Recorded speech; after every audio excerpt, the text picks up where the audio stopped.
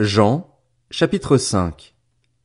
Après cela, il y eut une fête juive et Jésus monta à Jérusalem.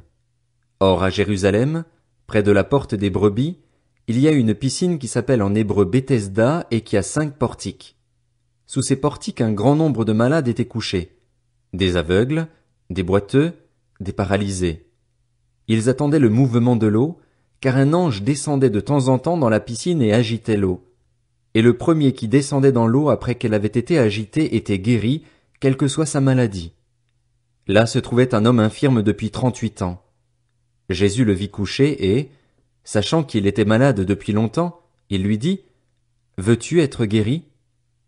L'infirme lui répondit, « Seigneur, je n'ai personne pour me plonger dans la piscine quand l'eau est agitée, et pendant que j'y vais, un autre descend avant moi. »« Lève-toi, lui dit Jésus, prends ton brancard et marche. » Aussitôt cet homme fut guéri. Il prit son brancard et se mit à marcher. C'était un jour de sabbat. Les Juifs dirent donc à celui qui avait été guéri, « C'est le sabbat. Il ne t'est pas permis de porter ton brancard. » Il leur répondit, « Celui qui m'a guéri m'a dit, « Prends ton brancard et marche. » Ils lui demandèrent, « Qui est l'homme qui t'a dit, « Prends ton brancard et marche » ?» Mais celui qui avait été guéri ne savait pas qui c'était, car Jésus avait disparu dans la foule qui était à cet endroit. Quelque temps plus tard, Jésus le retrouva dans le temple et lui dit, « Te voilà guéri. Ne pêche plus, de peur qu'il ne t'arrive quelque chose de pire. » Cet homme s'en alla annoncer aux Juifs que c'était Jésus qui l'avait guéri.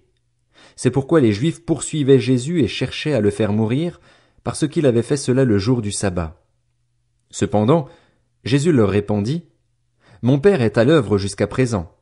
Moi aussi, je suis à l'œuvre. » Voilà pourquoi les Juifs cherchaient encore plus à le faire mourir, parce que non seulement il violait le sabbat, mais il appelait aussi Dieu son propre Père, se faisant lui-même égal à Dieu.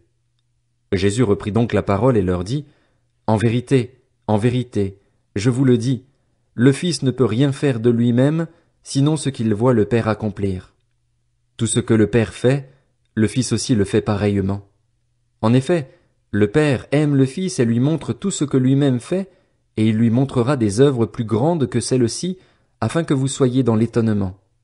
En effet, tout comme le Père ressuscite les morts et donne la vie, le Fils aussi donne la vie à qui il veut.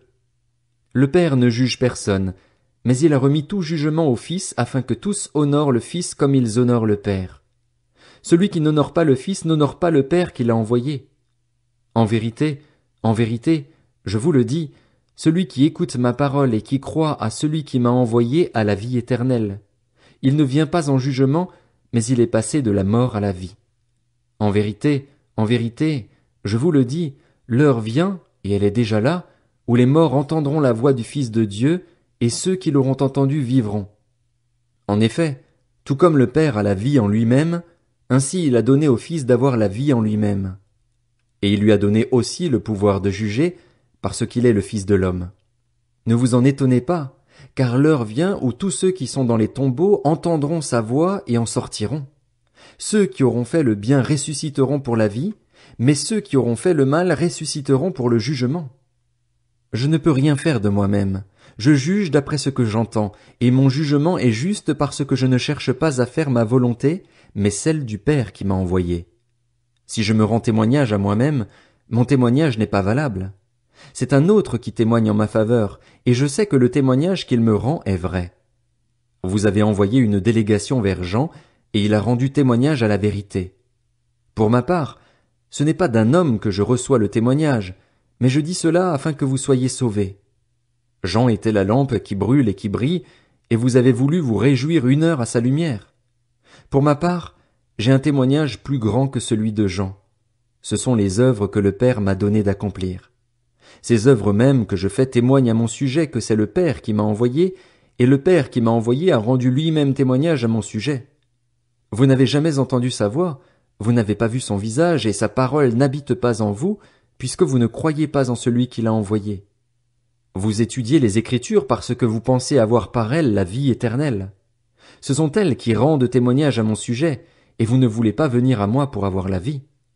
Je ne reçois pas ma gloire des hommes, mais je vous connais. Vous n'avez pas l'amour de Dieu en vous. Je suis venu au nom de mon Père et vous ne me recevez pas. Si un autre vient en son propre nom, vous le recevrez.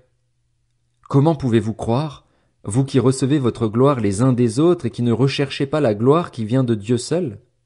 Ne pensez pas que c'est moi qui vous accuserai devant le Père. Celui qui vous accuse, c'est Moïse, celui en qui vous avez mis votre espérance.